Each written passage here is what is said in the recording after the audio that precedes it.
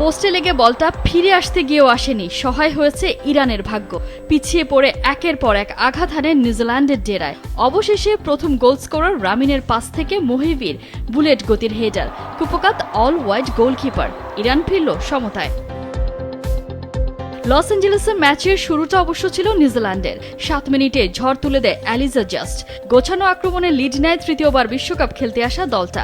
নিউজিল্যান্ডের হয়ে পঞ্চম ফুটবলার হিসেবে বিশ্বকাপে গোল করার কীর্তি গড়লেন স্কটিশ লিগে খেলা এই ফরোয়ার্ড।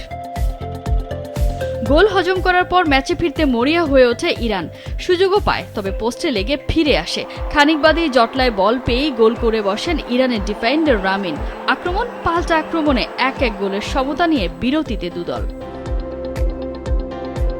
দ্বিতীয়ার্ধে আক্রমণের ধার বাড়ায় নিউজিল্যান্ড। লিড নিতে সময় লেগেছে মিনিট 10। ডেঞ্জার জোনে ঢুকে পড়েন জাস্ট। নিরুপায় ইরানিয়ান ডিফেন্ডাররা। ক্রিস উডের জোড়া অ্যাসিস্টে জোড়া গোল করে বসলেন এই ফরোয়ার্ড। যদিও সেই লিড টেকে মাত্র 10 মিনিট। 2 দফা পিছিয়ে পড়ে সমতায় ফিরে ইরান দেখিয়ে দিয়েছে তাদের দম। ম্যাচে আর গোল না হলে পয়েন্ট ভাগাভাগিতেই শেষ হয় নিউজিল্যান্ড ইরান হাই ভোল্টেজ ম্যাচটা। এই ম্যাচ ড্র হয় 68 বছর পর বিশ্বকাপে ফিরল সেই ঘটনা, যেখানে একই দিনে সব ম্যাচ মীমাংসা হয়েছিল ড্র দিয়ে। শেষবার 15ই জুন 1958 সালে ঘটেছিল এমন ঘটনা।